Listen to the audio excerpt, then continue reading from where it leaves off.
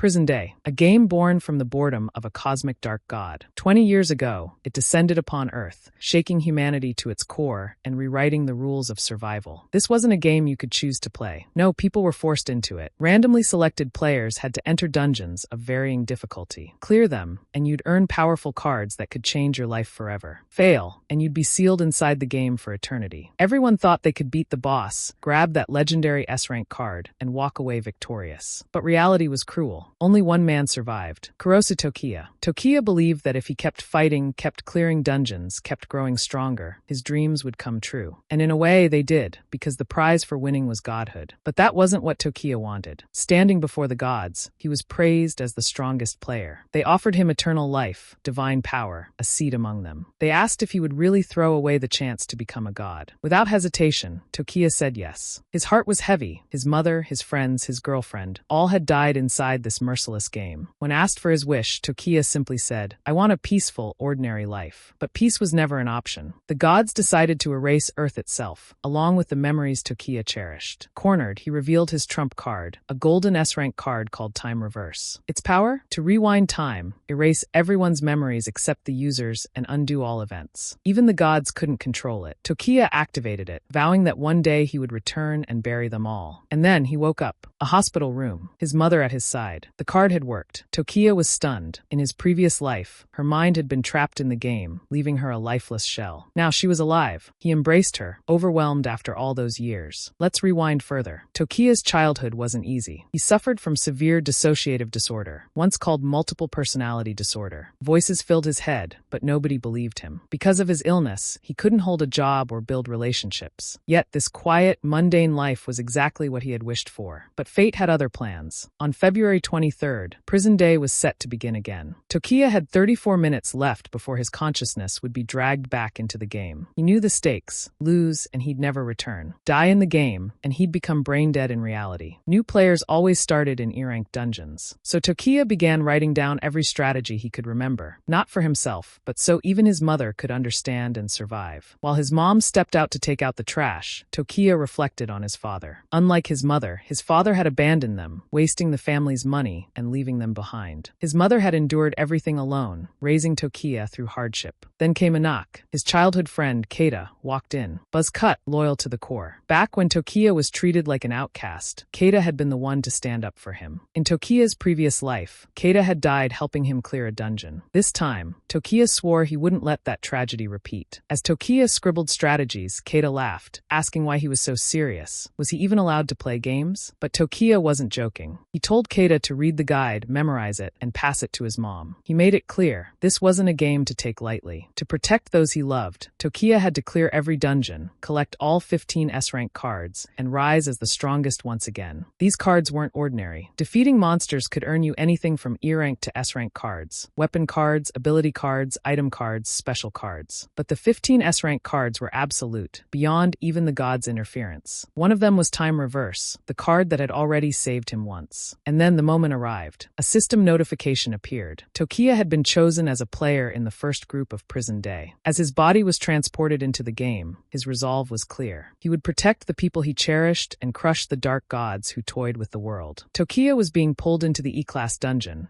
but something unusual happened. The system failed to erase his memories. Normally, players forget everything and believe this dungeon is the real world. But Tokiya? He remembered it all. This was familiar territory, the same opening dungeon from his previous life, known as the Death Office. To clear it, he had to defeat 3 bosses, each with unique skills. He quickly opened his status window, only to see what he expected. His abilities, skills, and items had all reset to the level of a brand new player. In this state, taking down 3 bosses was nearly impossible. But then came something new, an unidentifiable blessing. Thinking fast, Tokiya recalled a hidden side quest in this dungeon. If he could secure an ability card, the challenge wouldn't be as overwhelming. Without hesitation, he sprinted toward the quest area. As he ran, the voices he'd heard since childhood echoed in his mind again. The same voices that spoke to him after reincarnation. They talked about saving Earth, defeating the dark gods, and combining their strength with his. If their memories remained even after time was rewound, maybe this time they could truly win. Tokiya didn't fully understand yet, but he knew he had to complete the hidden quest. The quest led him to a restroom. Inside, a treasure chest sat guarded by a small, devilish creature, the cowardly ogre. It tried to intimidate him, but Tokiya's glare was far more more terrifying. The little monster panicked, muttered a silent nope, and fled. The system then announced the chest couldn't be opened without a key. But Tokiya already knew the trick. He kicked the chest, smashing it open, and inside were 3 low-level cards: stamina, speed, and power. Activating them boosted his stats to level 1. It wasn't much, but compared to an ordinary human, this was a huge advantage. The system mentioned the mysterious blessing again, so Tokiya asked the voices in his head if they were responsible. At that moment, a shadowy figure appeared, declaring, "We are always watching you." The figure explained Tokiya had to prove his worth, and if he did, they might lend him their strength. Now Tokiya was certain the voices weren't just hallucinations. They were real. Just then, the system's countdown blared. The boss was about to spawn. Tokiya had only 1 minute to return to his position, or he'd be marked as having failed the raid. Tokiya sprinted back toward the office, the countdown ticking away. Meanwhile, a few careless players were still messing around, laughing like this was just some harmless game. They thought death wasn't real here. But the moment Tokiya made it back, reality hit hard. The ones fooling around were wiped out instantly. The rest of the players finally understood. This wasn't playtime. This was survival. And then the first boss arrived. The Scavenger, an E-rank boss with solid stats, backed by his minions, the Cleaners. Their numbers were weak, but Tokiya knew better than to underestimate them. One arrogant player stepped forward, flexing his muscles, convinced he'd claim the glory. Tokiya warned him, but the guy didn't listen. He charged in, and in a blink, the Scavenger beheaded him. Just like that, the slaughter began. The Scavenger and his Cleaners tore through players left and right. Tokiya struck one of the monsters, shocking everyone with his strength. But the creature wasn't finished, so Tokiya followed up with a decisive blow, killing it outright. The system chimed, reward notification. That's the rule. If the message doesn't pop up, the monster isn't dead. His prize? A power card. He activated it immediately, boosting his strength to level 2. Another Cleaner lunged at him. Tokiya grabbed its weapon, turned it against the creature, and killed it, earning another power card. Then came a sneak attack, but Tokiya was ready. He countered perfectly, this time gaining a speed card. With each kill, Tokiya grew stronger, but it also meant the boss and all its minions locked their aggro onto him. He dashed backward, shouting for the other players to throw anything they could to create openings. Most froze in fear. They knew if they attacked, the aggro would shift to them. Then one brave soul stepped up. He hurled a keyboard at the Scavenger, stopping it mid-charge. The other players didn't want him to interfere, but he did anyway. The boss immediately turned its attention to him. Tokiya seized the moment. He cut down the remaining Cleaners, stacking more power and speed cards, then slipped behind the Scavenger. With one clean strike, he beheaded the boss. The system lit up. Contribution system unlocked. From now on, the more effort you put into fights, the more points you earn, and the better the rewards. Just like any game, but here, the stakes were life and death. Tokiya might be sitting at the top of the rankings right now,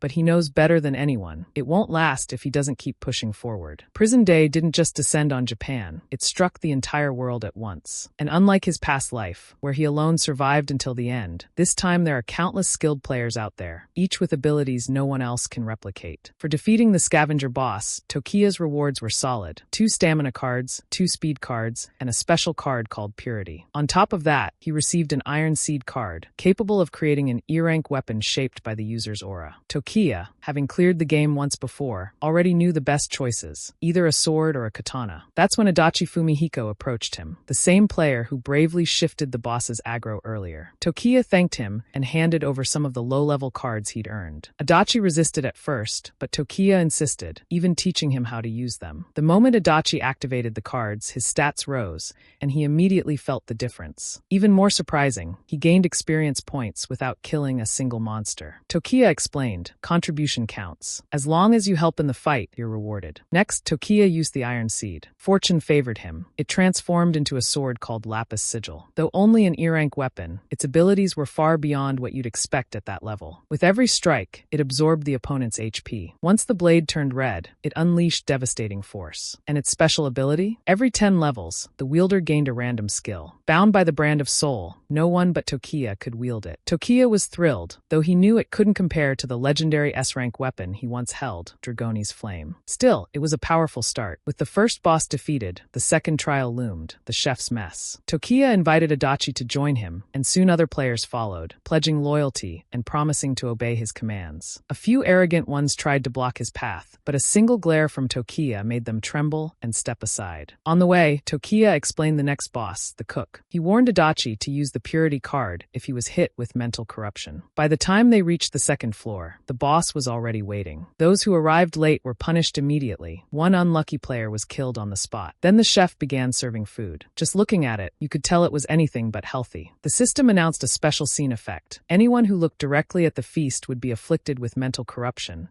a debuff that weakened power, speed, and mental strength. But that wasn't all. The Hell's Feast had to be eaten in full. Leave anything behind, and the cook-type monster would retaliate. Worse, refusing to eat meant your mental value would drop by 10% every minute. If it ever hit 0, you'd suffer a complete mental breakdown and be disqualified. The players panicked, but Tokiya wasn't like them. He had lived this before. He knew exactly how to deal with the gimmick. The players' collective mental power was dropping fast, already down to 70% and sinking by the minute. Panic spread through the group, but Tokiya stayed calm, analyzing the situation. Then came a system notification. The debuff wasn't affecting him at all. Thanks to that mysterious blessing he'd received upon entering the dungeon, his mind remained untouched. Meanwhile, one player's mental state collapsed. He snapped, stomping on the grotesque food and shouting that he refused to eat it. The boss's minion didn't hesitate. It slammed him to the ground and dragged him into another room. Everyone knew what that meant. Tokiya understood he could end this quickly, but he wasn't aiming for a shortcut. He wanted to clear the trial by following the hidden rules. First, start on easy mode, then switch to hard mode. Doing so would yield more points and more rewards. So Tokiya mimicked the reckless player, tossing his food to the ground. The monster's aggro immediately shifted to him. Tokiya cut down the first minion, ensuring the rest would focus solely on him. His reward, a handful of low-level cards. But the fight wasn't over. 3 more minions, enraged, locked onto him. Tokiya dashed backward, baiting one into a swift strike. The creature unleashed its skill, instant butcher knife handling, a flurry of slashes from every angle. Tokiya had been waiting for this. He activated his sword's ability, countering each strike with precision. Then the other 2 minions lunged from behind. The lead monster sneered, convinced Tokiya was cornered. But once Tokiya's blade charged, he unleashed the time-split slash, cutting through all 3 enemies in a single devastating move. The crowd of players could only watch in awe. With their deaths, Tokiya collected another batch of low cards. But killing the minions had consequences. The Master Chef's rage meter hit 100%. The boss was now fully enraged, unlocking new abilities and boosting all of its stats. The system confirmed Tokiya's gamble had paid off. By clearing the hidden rules, his rewards and points would multiply. But now came the real challenge, the enhanced boss. Tokiya activated every low card he'd just earned, knowing full well he couldn't afford to hold back. Tokiya's stats had climbed to level 5, but there was a catch. He couldn't use the 2 remaining speed cards. His speed was already maxed at that level, and low-rank cards couldn't push him further. So, instead of wasting them, he handed them over to Adachi. The chef master roared in fury, demanding to know who had killed his cooks. He charged at the players, his massive frame ready to tear them apart. Tokiya stepped in, blocking the strike head-on. But the boss's counterattack was brutal. Tokiya was slammed into the wall, the sheer force reminding him he was up against a level 8 opponent. Adachi cried out, calling him Aniki, asking if he was alright. In that moment, Tokiya's mind flashed back to his past life, the countless friends who had died, leaving him the sole survivor. Rage surged through him. He refused to let history repeat itself. As the boss lunged again, Tokiya unleashed his sword's ability. With blinding speed, he countered, delivering a single decisive strike that cut the chef master down. The trial was complete. Because Tokiya had cleared the hidden rules, the rewards were boosted by 30%. His haul included more low E-rank cards, plus E+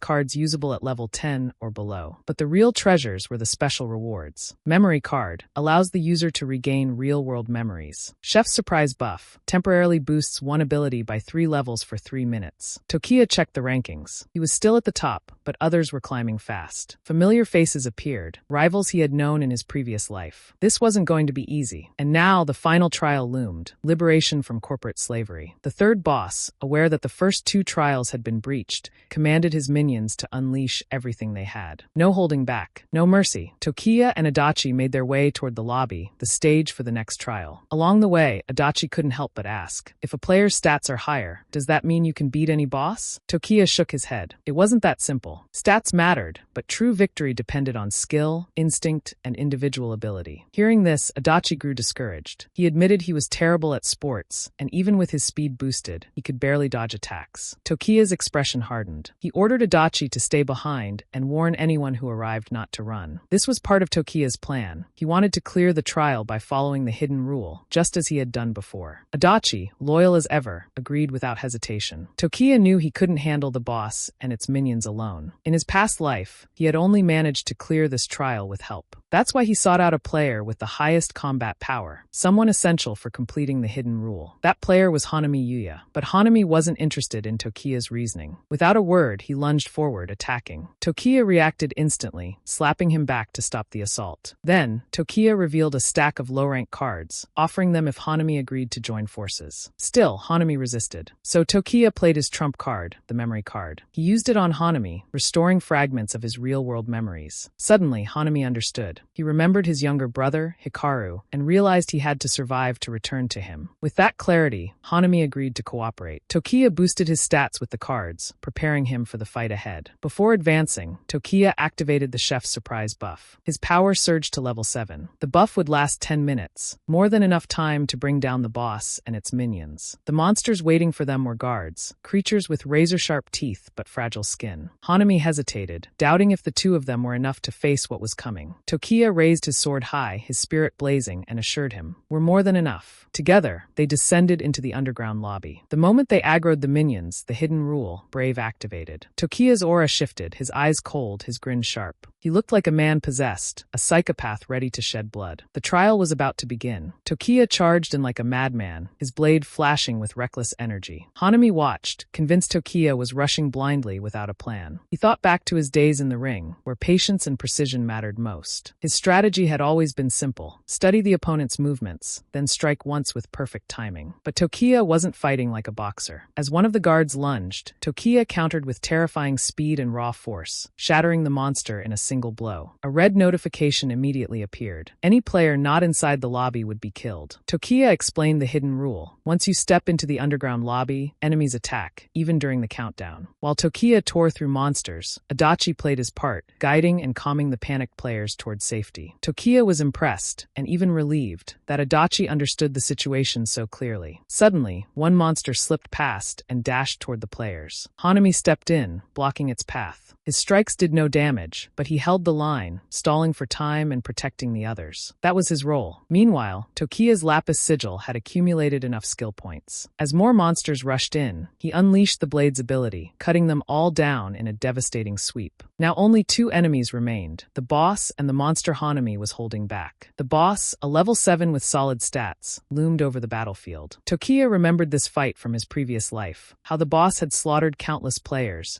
dragging the battle into a nightmare that seemed endless. But this time, Tokiya was ready. As the boss countered, Tokiya sidestepped with ease and unleashed a furious storm of slashes, cutting the boss down before it could react. Hanami was still struggling against the last monster, but Tokiya stepped in, finishing it with a clean strike. The dungeon fell silent. The E-rank rookie dungeon had been cleared. The system tallied contributions, and as expected, Tokiya had carried nearly the entire fight, his contribution ranking sitting at almost 100%. Clearing all 3 trials came with a massive reward. Every surviving player received Hanvado, and with it, the ability to bring everything they had earned inside the dungeon back into the real world. That meant stats, cards, and abilities weren't just game mechanics anymore. They became reality. Raise your stats here, and you'd walk the streets as a superhuman. Tokiya knew the danger. In his previous life, many players had abused this power, twisting it for selfish and destructive purposes. That's why he was determined to establish player management rules as quickly as possible. To do that, he needed strong allies and powerful backing. On the latter, Tokiya naturally sat at the top. The Hanvado reward activated, raising every player's stats by 1 level. For Tokiya, the boost was staggering. His power reached level 15, even though his overall level was only 8. Then came the contribution rewards. Adachi received 1 low card, Hanami earned 2 low cards, but Tokiya was granted 3 special cards. The first was the ultimate E+ card, capable of raising all ability scores to level 10. The second was the job change card, which allowed the player to switch to a random job, with a chance of becoming an S-rank ultimate job. And the third was the team build card, a powerful tool that let the player summon 2 chosen allies into a dungeon. Just as the rewards were distributed, the ground shook violently. An earthquake signaled the end of the trial. Survivors were being transferred back to reality, but only temporarily. Tokiya warned them. The creator of this death game wasn't just playing around. He was trying to destroy the world. Tokiya promised he'd see them again in the next dungeon. In addition to the 3 special cards, Tokiya received an S-rank card for his overwhelming contribution. But deep down, he knew the truth. This wasn't the system's doing. The card had been given to him by one of the mysterious voices inside his head. Back in reality, Tokiya awoke after 3 days in a coma. Doctor rushed to check on him. He explained that hundreds of thousands of people worldwide had fallen into comas during the same period. Tokiya was the first to wake. The doctor pressed him for answers, asking if he understood why this mass coma had occurred. Tokiya didn't answer immediately. Instead, he went to see his mother, still trapped in a vegetative state. It was the same tragedy he had endured in his previous life. He explained that players weren't all sent into the game at once. They were divided into groups. Those who failed became vegetative, never returning. Tokiya's greatest wish was simple: to let his mother live peacefully, free from this nightmare. He pulled out the S-card he had received. Its name was free. Once used, it would prevent the chosen person from ever being selected for the game again. On top of that, the user would gain a skill allowing them to enter and exit dungeons freely. Without hesitation, Tokiya used the card on his mother. Miraculously, she returned to reality, safe and conscious. Tokiya embraced her tightly, overwhelmed with relief. But peace wouldn't last. Other players had noticed Tokiya's contribution score. His dominance had caught their attention, and now whispers spread. Some players wanted him gone. If Tokiya fell, they could rise as the strongest. Tokiya's mother spoke softly about the dream she had, where monsters chased her and countless others. To her, it felt like nothing more than a nightmare, but Tokiya knew the truth. Everything she saw was real. Just then, Keita entered, talking about the game world and how everything Tokiya had written to him before was actually true. Not wanting to burden his mother with more worry, Tokiya led Keita outside. There, he explained that he already understood the situation and asked his friend to check the rankings. When Keita opened the window, it confirmed what Tokiya already knew. He was sitting firmly at the top of the ladder. Tokiya then activated the job change card. He explained that any job inside the game was powerful, but there were 3 ultimate jobs that stood above the rest. The first was Secrets of the 4 Elements, a job that allowed mastery over wind, fire, water, and lightning. The second was Descendant of the Black Flame Dragon, granting the ability to transform into a massive dragon that breathed black flames capable of annihilating everything. And the third was Seeker of Wisdom, the most mysterious and strongest of them all, a job that could manipulate timelines and even wield time travel abilities. No one had ever attained it, and Tokiya himself had only glimpsed fragments of information about it in his previous life. But instead of one of those, Tokiya received something entirely new: the Master of Principles. He was stunned, as this was the first time he had ever heard of such a job. With it, Tokiya could perceive the principles flowing through all things,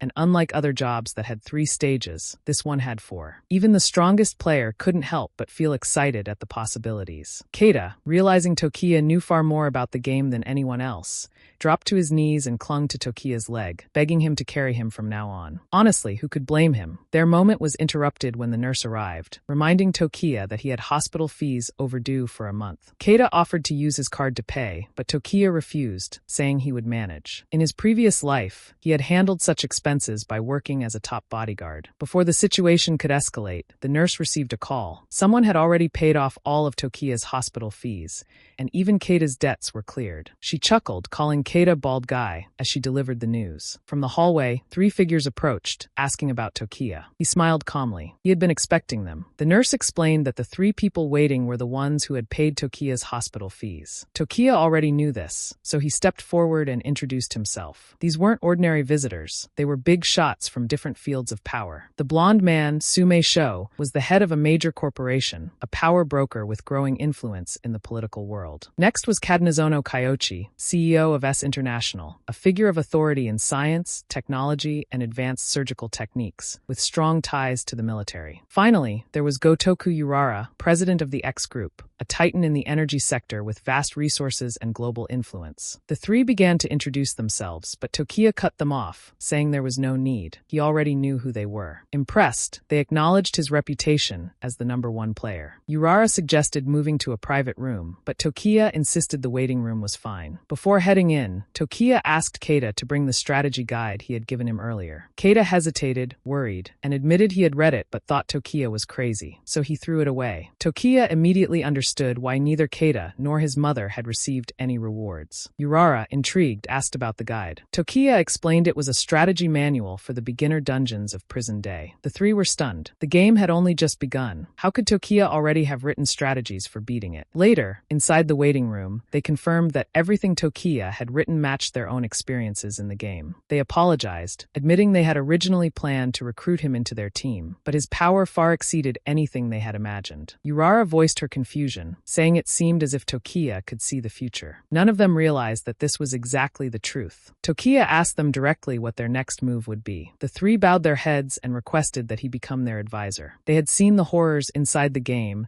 and knew they would be forced back into it whether they liked it or not. They didn't want to die, and Tokiya was their only hope. Without hesitation, Tokiya accepted. They had promised to do anything for him, and he knew their influence would be crucial for what was coming. Keita couldn't help but laugh to himself. Tokiya's household had been poor for years, so surely now, with all these powerful figures in front of him, Tokiya would ask for mountains of money. Keita even imagined him swimming in pools of cash. But reality turned out very different. Tokiya laid out 3 conditions for the big shots. The first was to publicly disclose his strategy guide, whether in print or online. The executives were stunned. To them, the guide was priceless information, something they could use to gain an advantage. Why give it away for free? Tokiya reminded them that he had already shared it with them without asking for anything in return. What he sought wasn't wealth or influence. He wanted to save as many people as possible. The 3 thought it over. They didn't have much of a choice but to agree. Tokiya's second condition was to establish a player management bureau and enact strict rules. The purpose was clear: to restrain players who had gained extraordinary powers. After all, every stat and skill earned in Prison Day carried over into the real world. Without rules, chaos was inevitable. Finally, Tokiya revealed his third condition. Keita was still convinced Tokiya would demand riches, maybe even a mansion filled with gold. But Tokiya simply asked for a house for himself and his mother, a place where they could live peacefully. The executives were floored. Was he serious? A contest immediately began between them, who could provide the best home to earn Tokiya's gratitude. Tokiya urged them to act quickly. Prison Day's countdown was already ticking, and soon enough, a notification appeared. Players had 3 days left before being pulled back into the game. Just then, the guards opened the door, informing Kadanazono that a visitor had arrived. Furious, he snapped that he had already ordered no one be allowed in. The guard explained that this wasn't just anyone, it was Tokiya's girlfriend. Don't get the wrong idea. Tokiya suffered from multiple personality disorder, and in his past life, no girl had ever truly liked him. The visitor entered carrying flowers, smiling as if everything was fine. But the truth was darker. In Tokiya's previous life, she had rejected him cruelly when he confessed his feelings, sneering, "Do you think a psycho like you has the right to like me?" Now, she too was a player in the game, and when she saw Tokiya ranked number 1, she returned, pretending everything was normal, acting as though nothing had ever happened. Even the 3 big shots understood the situation, watching carefully, waiting for the right moment to step in if needed. Keita, however, was furious. He hadn't forgotten how that girl had insulted Tokiya in front of everyone back then. The girl tried to cover her tracks, claiming she had been young and foolish, that she regretted her words. But Tokiya knew better. She had only come crawling back after seeing the rankings, chasing status and power. In other words, she was nothing more than a gold digger. She even admitted it, though she begged Tokiya for help. Keita's anger boiled over. How dare she ask for help after what she had done? Tokiya calmed his friend, reminding him they were inside a hospital. Then, walking past her, he made it clear. He had never liked her, not even once. As Tokiya and Keita left, she tried to follow, but the guards stopped her. She deserved it. Even Urara told her to have some dignity and leave, since Tokiya wasn't acknowledging her at all. Back in his mother's room, a familiar face appeared, Eureka. She was beautiful, kind, and a friend Tokiya hadn't seen in a long time. In his previous life, Eureka had died inside the game. Seeing her alive now, Tokiya immediately hugged her, promising he would never let those he cared about die again. Keita, watching the scene,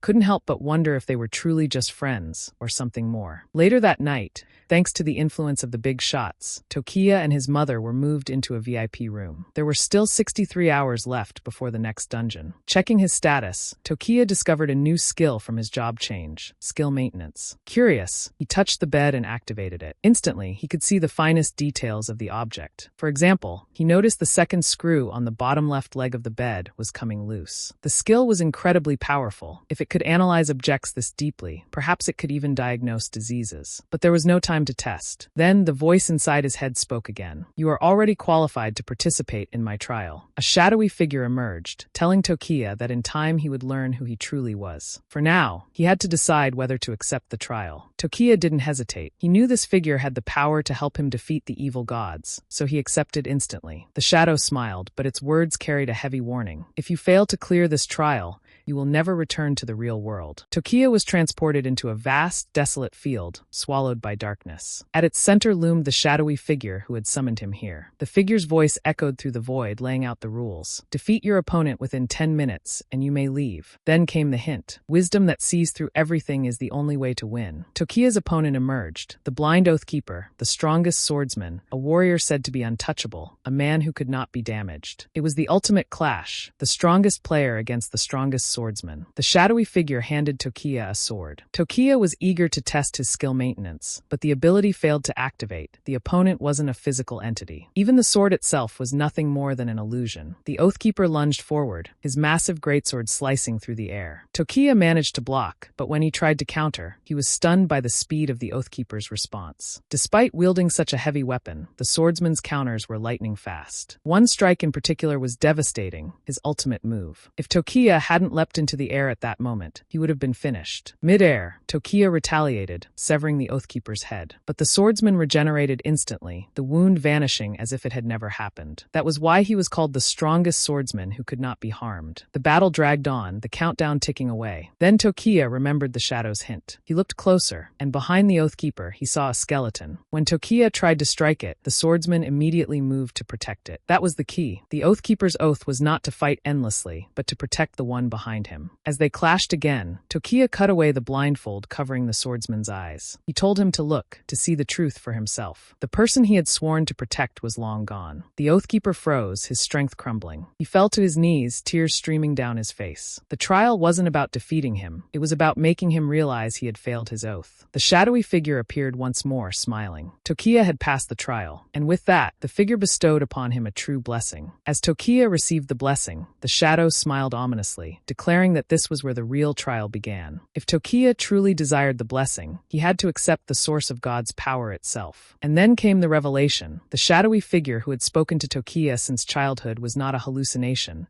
not a fragment of his disorder, but an actual God. The moment Tokiya accepted, emotions surged through him like a storm. It felt as though he was being dragged into hell itself. He learned that the power of gods was born from the faith of those living on earth. Tokiya's lips curled into a dark smile. If he could endure this, if he could gather the blessings of all earth's gods, then he would have the strength to kill the evil gods once and for all. The truth was staggering. The voices that had haunted him since childhood weren't symptoms of multiple personality disorder. They were the voices of gods speaking directly to him. Tokiya endured the blessing, and the shadow god was astonished. As expected of the human we acknowledged, the god said. His final words were a command: remember his name. Once Tokiya obtained the blessings of the others, he would receive the ultimate blessing. Tokiya was pulled back into the real world. A system notification appeared. He had obtained the special blessing Mental Guardian, which made him immune to all mental type abilities. To think, the torment Tokiya had suffered all his life wasn't illness at all, but the whispers of gods. Beside him, Keita screamed in shock after seeing the video the Big Shots had already published about Prison Day. Tokiya smacked him on the head, reminding him they were still inside a hospital. Even Tokiya was surprised at how fast the Big Shots had moved. Money really did buy everything. Outside, Urara and the others arrived in a flashy display, rolling up in a limousine with guards to escort Tokiya and Keita. Tokiya's mother worried aloud, telling him not to get involved in crimes. Little did she know, her son was literally fighting to save the world. Their next stop was the villa Sume had prepared for Tokiya. But calling it a villa was an understatement. It was a mansion. Keita nearly lost his mind when he saw it, but Tokiya wasn't impressed. He had already told them he wanted something simple, something average. Now it was Cadenizono's turn to reveal what he had prepared for Tokiya. Cadenizono's gift was extravagant. He led Tokiya to a towering skyscraper in the heart of the city, a place where you could see the entire skyline stretch endlessly. To make it even more excessive, Cadenizono had arranged for the most beautiful maidens in the country to serve Tokiya, convinced that no one could refuse such luxury. Everyone in the room expected Tokiya to accept without hesitation. But Tokiya, cold and unmoved, simply asked to see the next place. That brought them to Urara's turn. She didn't take him to a palace or a skyscraper,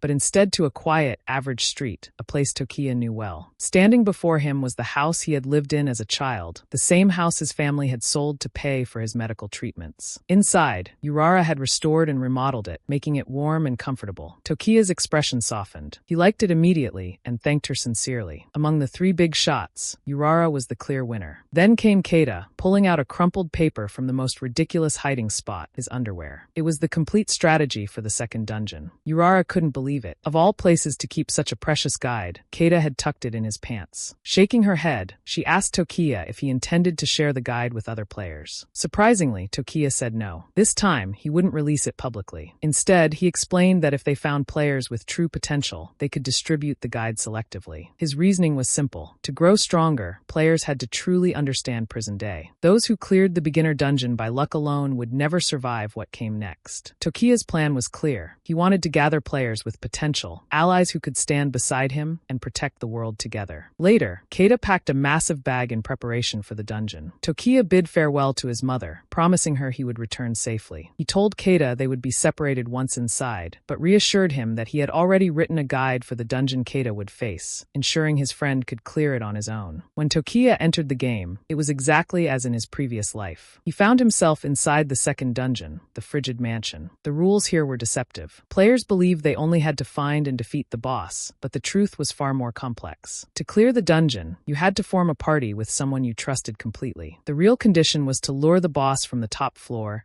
and the boss from the basement, forcing them to meet on a middle floor. Tokiya remembered vividly how, in his past life, he had been betrayed and stabbed by a supposed ally in this very dungeon. Determined not to repeat that tragedy, he activated his team build card. In an instant, Eureka appeared beside him. She looked around, startled, and asked, "What is this place?" Tokiya explained to Eureka that he was the one who summoned her, mentioning she had been on a small island just moments ago.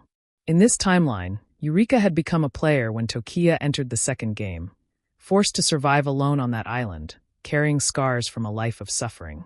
But Tokiya had just rewritten her fate.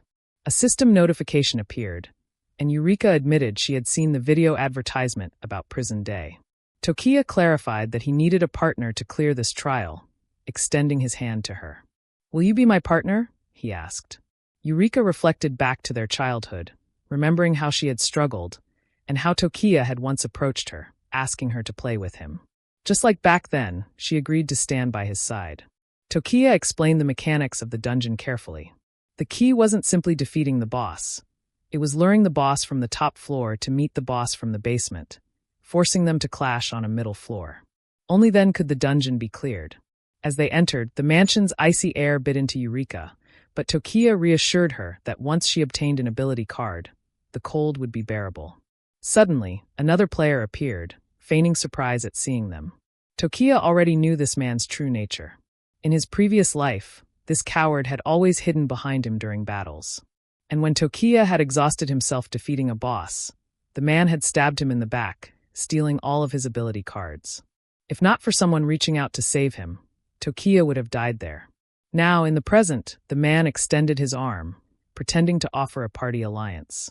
But inside, he was already plotting betrayal, ready to harm Tokiya and Eureka. Tokiya didn't hesitate. He slashed the man down instantly, leaving him bleeding on the floor. Turning to Eureka, he asked if she had any questions. She shook her head, believing Tokiya had his reasons. From the shadows, Shigemori Itsuki, rank 34th, was watching. Even he admitted he couldn't understand Tokiya at all. Moving to the next floor, Tokiya and Eureka encountered a monster, the Hanged Man. It lunged forward, but Tokiya countered with overwhelming force, killing it in a single slap.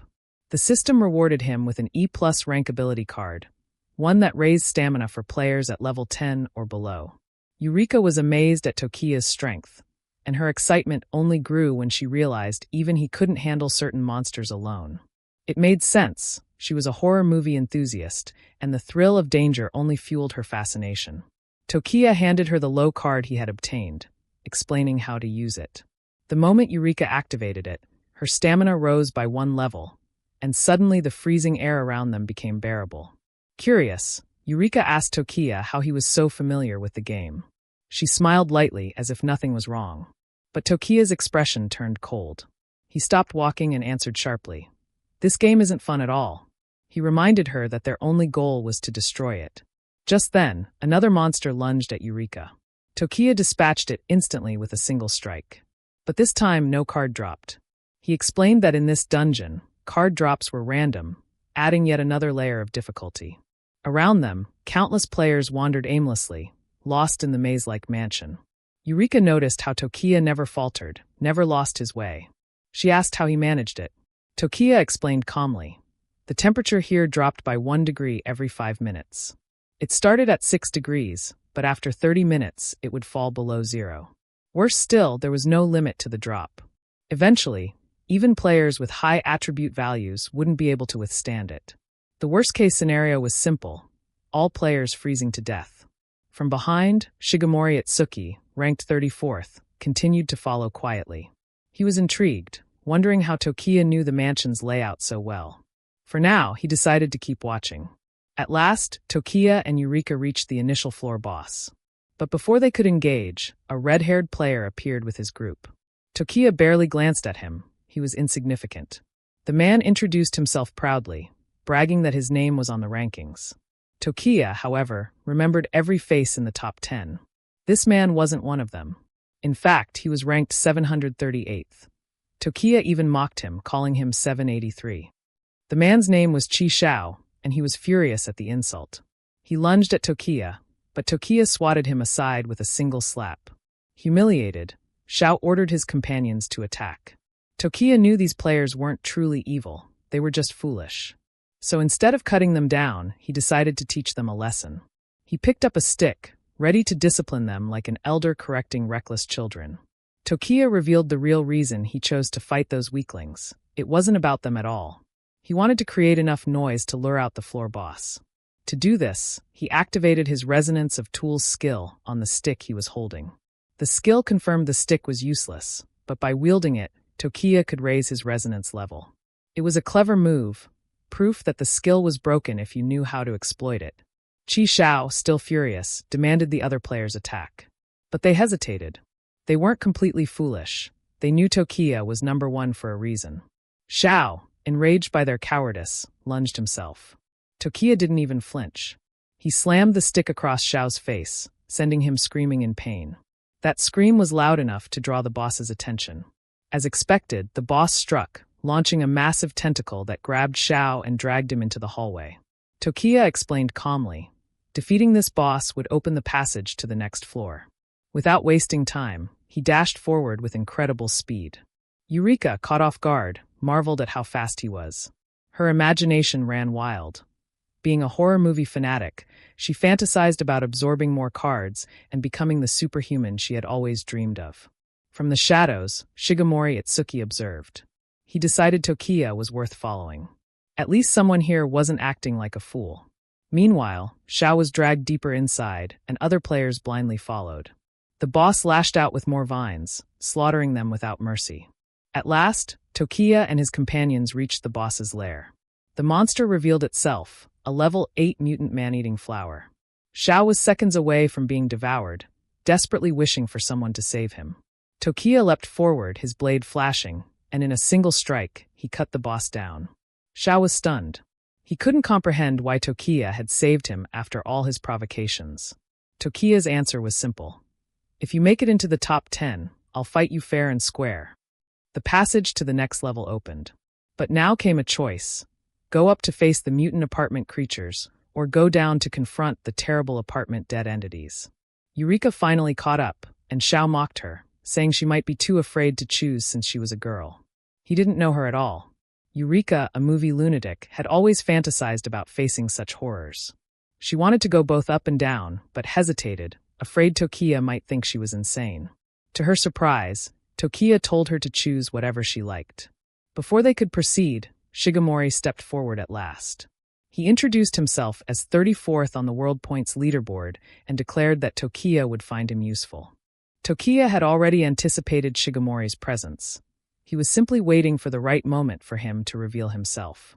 Chi Xiao, on the other hand, couldn't understand what was so special about Shigemori. After all, he was only ranked 34th. But Tokiya remembered clearly. In his previous life, when he was betrayed and stabbed, the one who saved him was none other than Shigemori. Under Shigemori's leadership, they advanced step by step, fumbling yet pushing forward until they cleared the level. In Tokiya's past life, this had been a grueling challenge, and Shigemori had felt like a savior. Yet even someone like him eventually fell during the day of confinement. That was when Tokiya realized the cruel truth. No matter how powerful a person was, within the day of confinement, they were nothing but toys for the evil gods. Back in the present, Xiao was stunned to hear Tokiya openly acknowledge Shigemori's strength. Tokiya accepted Shigemori into the party. As a token of respect, Shigemori offered some low cards to Tokiya, but he refused. Instead, Shigemori turned to Eureka, asking her to take them. She hesitated, glancing at Tokiya, but he told her plainly. Whether she accepted or not was her decision. In the end, she took them. Shigemori even considered preparing a gift for Tokiya in the real world. Meanwhile, Xiao thought that simply asking to join would be enough, but before he could finish his words, Tokiya coldly told him to get lost. As the party moved forward, Tokiya explained the structure of the dungeon. They had started on the 4th floor of a 7-floor apartment. Going up or down meant 3 levels each. Shigemori was surprised at how Tokiya understood the place so thoroughly. Tokiya revealed the truth. The 2 bosses in this dungeon couldn't be killed by players. The only way to clear it was to lure the final boss from the bottom floor and the final boss from the top floor, forcing them to meet in the middle. Tokiya's plan was precise. First, they would attack the bottom floor to draw out its boss. Then, in one breath, they would ascend to the top floor and lure its boss down. Eureka finally understood why Tokiya had summoned her here, but he added that her safety was more important to him than anything else. She was touched by his words. Still, the cold was relentless. Even with her increased stats, Eureka began freezing again. The 2nd floor's temperature dropped at twice the speed of the initial floor, and they had to hurry. Reaching the boss room, they encountered the Dog King, a massive wolf-like D-rank boss surrounded by monsters. Tokiya explained that he had memorized the maze because he had lived through it before, surviving life-and-death experiences here. Shigemori was skeptical. How could Tokiya have been here before, when the game had only just descended upon the world? Regardless, Shigemori promised to protect Eureka. Tokiya dashed forward to face the Dog King head-on. As the 2 clashed, monsters lunged at Shigemori and Eureka. Shigemori stepped in, using his Bagua hands technique to stop them. He was the 9th-generation successor of the style, and he moved with precision and grace. Acting cool, he assured Eureka not to worry. He would protect her. But Eureka wasn't helpless. Laughing with excitement, she punched the monsters herself, living out her horror movie fantasies. For her, this was a dream come true. Tokiya dominated the battle against the Dog King, but Shigemori noticed something unusual. Tokiya wasn't striking the boss's vital points. The temperature continued to plummet, and Shigemori realized the truth. Killing the boss outright would trigger the bottom floor boss's berserk state, and the rewards wouldn't increase. But if Tokiya defeated it while keeping it alive, a hidden storyline would be unlocked. The Dog King began charging its ultimate skill, Roar of the Wind, a devastating blast capable of tearing everything apart. As the attack erupted, Tokiya leapt directly into its path. Shigemori was stunned. He was certain even the strongest player would be injured by such a move. But then he reminded himself. He had chosen to serve Tokiya as his master, so he placed his trust in him. Shigemori and Eureka retreated, taking cover outside the room. The blast was so powerful it annihilated the surrounding monsters. Eureka grew anxious, but Shigemori calmed her, insisting they wait and believe in Tokiya. Moments later, Tokiya's voice called out. They re-entered the room to find the Dog King finally subdued, its HP reduced to just 1%. Tokiya explained his strategy. He had done this to trigger the hidden side mission. The Dog King revealed its true name, Eris. Showing mercy, Tokiya asked if Eris was willing to join him to meet his master. The wolf whined, then sent a team join request, which Tokiya accepted. With Eris recruited, the hidden mission began. If Tokiya could also recruit the next boss, Little Posy, the entire team would gain a special buff, increasing final settlement rewards by 50%. For defeating Eris, Tokiya received a bundle of D-rank cards and a D-rank item card, a storage ring capable of holding 5 cubic meters of items.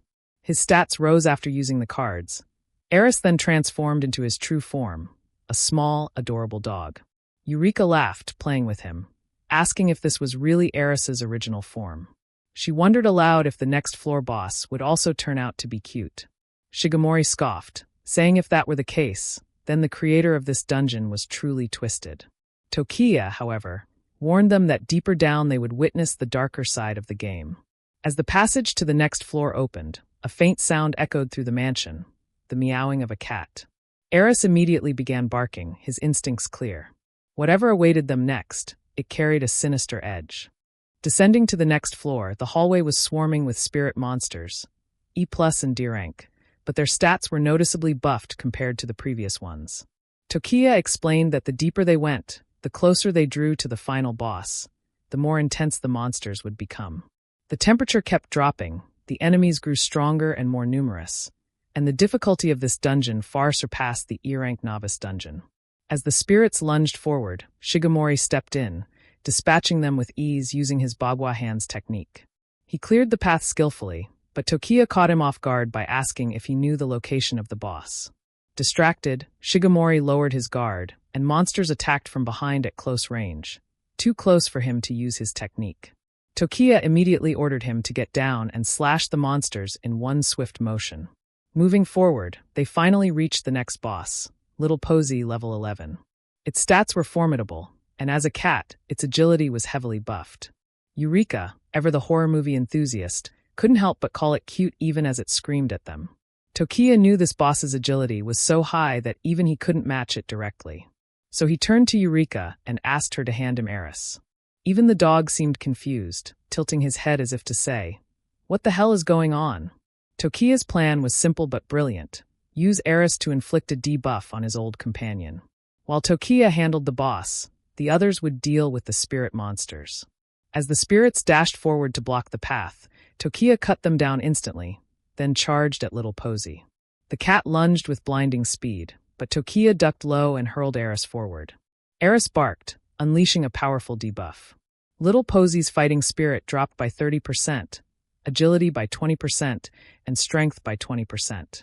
With the advantage secured, Tokiya struck, reducing the cat's HP to 1% in a single blow. Just like Eris, Little Posy submitted, sending a team join request after recognizing its old companion. Tokiya accepted.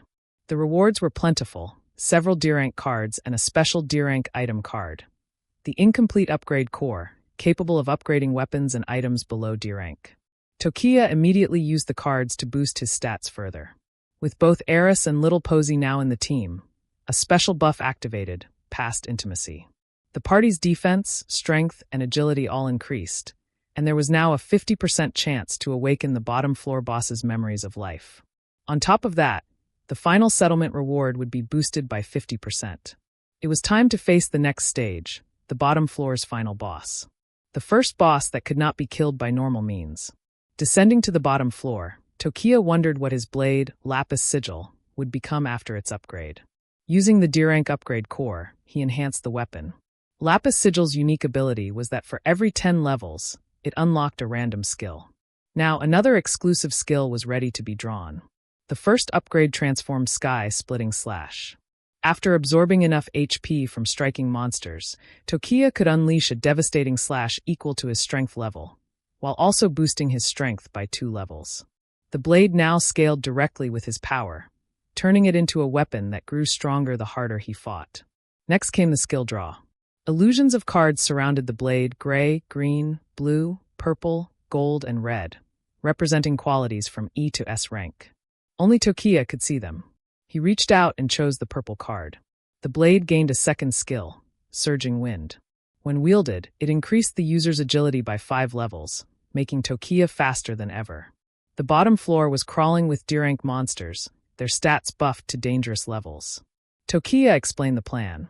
He would move ahead to lure the boss, while Eureka and Shigemori fought the monsters to raise their attributes. The boss couldn't be killed, so stalling and preparation were key. As Tokiya left, Eureka revealed her true self. When a monster lunged at her, she punched it back without hesitation.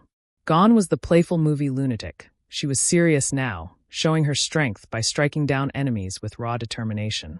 Shigemori also shifted into serious mode, ready to level up alongside her. Inside the chamber, the boss awaited, the extreme cold Een woman level 15. Her stats were formidable, with stamina at level 18. Her skill, Extreme Cold Ice Spike, could release up to 6 deadly spikes, though it required a 3-second charge. As Tokiya approached, Een stirred from her frozen state, awakening with chilling fury. Tokiya considered using the Past Intimacy buff to awaken her memories, but the chance was only 50%. As Een lunged, he extended Eris and Little Posy to activate the skill. It failed. The dog and cat looked downcast, but Tokiya reassured them it wasn't their fault. He hadn't expected success anyway. Now Iin pursued him relentlessly, launching ice spikes as she chased. Tokiya's role was clear. Stall for time, giving his companions the chance to raise their attributes. Shigemori's Bagua hands leveled up, and Eureka's stats climbed as she fought fiercely. Hearing the chaos, Eureka realized Tokiya was returning. She quickly brushed off her clothes, trying to look composed. Shigemori chuckled, noting how she had one face for Tokiya and another when he wasn't looking. Tokiya appeared, Iin right behind him, her icy aura filling the corridor. He shouted to his companions, "We're heading to the top floor now." The party sprinted toward the top floor, Yin's aggro locked firmly on Tokiya. That fixation made things easier. She ignored everyone else, her icy fury directed only at him. Shigemori and Eureka were impressed by how calm Tokiya remained, even while being chased by the final boss. Behind them, the monsters Shigemori and Eureka had slain began respawning. It was inevitable. Until the final boss was defeated, the dungeon mobs would endlessly return. But the two stepped up, cutting down wave after wave, proving how much they had grown. Even Tokiya couldn't help but acknowledge their progress. On the first floor, chaos reigned. Players struggled against swarms of monsters, while Qi Xiao was basking in praise for his flashy victories. Then Tokiya's party arrived, with Iin herself chasing close behind. The players froze in shock. Shigemori shouted at them to clear the path if they wanted to live. Yet Iin didn't attack anyone else. Her aggro was locked. Tokiya explained calmly, "Once a boss locks onto a target, it won't actively attack others." Crossing the middle floors, Eureka grew curious. She asked if the upper bosses had hidden rules like Eris and Little Posy. Tokiya revealed the truth. Unlike the lower floors, the upper bosses embodied everything the top floor final boss hated most. And that final boss was none other than Yin's father. If the two met, the stage would clear, their resentment dissolved. The tragic story unfolded. On the day the father became apparent, his wife died during childbirth at the hands of a quack doctor. The daughter grew up without her mother, relying only on cats and dogs while her father worked tirelessly. Despite hardship, she lived with resilience. But one day, while waiting for her father to return, she was struck by a car and died in front of him. The cruel architects of Prison Day seized their souls, trapping them forever in this building. Only players who discovered the true clearing method could reunite them, granting a brief moment of peace. At the floor's end, players were locked in battle with the quack doctor boss. Tokiya ordered them to get down. Once they obeyed, he unleashed 2 devastating slashes, cutting the boss down instantly. The players were stunned. He had killed it effortlessly. Iin followed close behind, still locked on him, but mercifully ignored the others. Next came the modified truck driver boss. Tokiya lunged forward and dispatched it just as easily. Far above, the evil gods watched. They whispered among themselves, astonished. Tokiya's party was clearing faster than even the strongest clear time they had designed. "These ones are anomalies," they muttered. The party finally reached the extreme cold apartment's top floor, where mutated freaks swarmed in every direction. The difficulty spike was immediate and brutal. Tokiya ordered Eureka and Shigemori to rush through the door ahead, the chamber of the top floor final boss. He stayed behind, unleashing his skill to wipe out the monsters in one devastating sweep. Inside, Eureka and Shigemori now stood face to face with the extreme cold ringleader, level 15. Its chilling aura filled the room, and its skill, extreme cold breath, allowed it to spray freezing air at will. Worse still, the door slammed shut behind them. Tokiya was locked out. A new rule appeared. The door would not reopen until the players outside cleared the condition. Tokiya had 5 minutes to kill every mutated freak on the floor, or the door would remain sealed forever. Tokiya was caught off guard. These kinds of mechanics only appeared in late-game dungeons. In his previous life, this rule had never existed. Then realization struck. The eyes of the evil gods were watching. From now on, every move had to be cautious. He began cutting down monsters, but they moved with uncanny intelligence, scattering as if aware of his strategy. Even so, his speed was overwhelming. Just then Iin attacked from behind. This was the true difficulty of the rule. The extreme cold Iin woman had been pulled here to hinder him. She launched her ice spikes, but Tokiya leapt into the air, slipping behind her. He unleashed Sky-Splitting Slash, Stage 2, slicing her into 2 halves. Though she could not be killed, the strike was enough to keep her from entangling him further. Tokiya pressed on, knowing Eureka and Shigemori couldn't hold out long against the ringleader. Inside the chamber, Shigemori was smashed to the ground by the boss's overwhelming agility. As the ringleader prepared a fatal blow, Eureka threw herself forward, saving him. But in her moment of bravery, she was caught off guard. The boss seized her in its claws. At that instant, Shigemori roared, unleashing a powerful ranged strike that slammed the boss into the ground. His bagua hands had entered the enraged state. In this form, Shigemori could channel true chi into his techniques, extending his reach and unleashing devastating long-range attacks. The ringleader rose again, its icy aura surging, and targeted Shigemori. He countered with a flurry of ranged palm strikes, spamming the boss until it staggered. For a moment, it seemed to work. As he fought, Shigemori remembered his father's words during training. Bagua hands is not meant for close combat.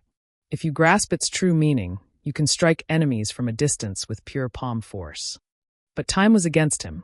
The enraged state only lasted 2 minutes. The boss dashed forward once more, and Shigemori tried to overwhelm it with another barrage. This time, however, the ringleader adapted. His palm force no longer had any effect. It was as if Maharaga itself had appeared, an enemy that evolved with every strike. The boss seized Shigemori, crushing him in its grip.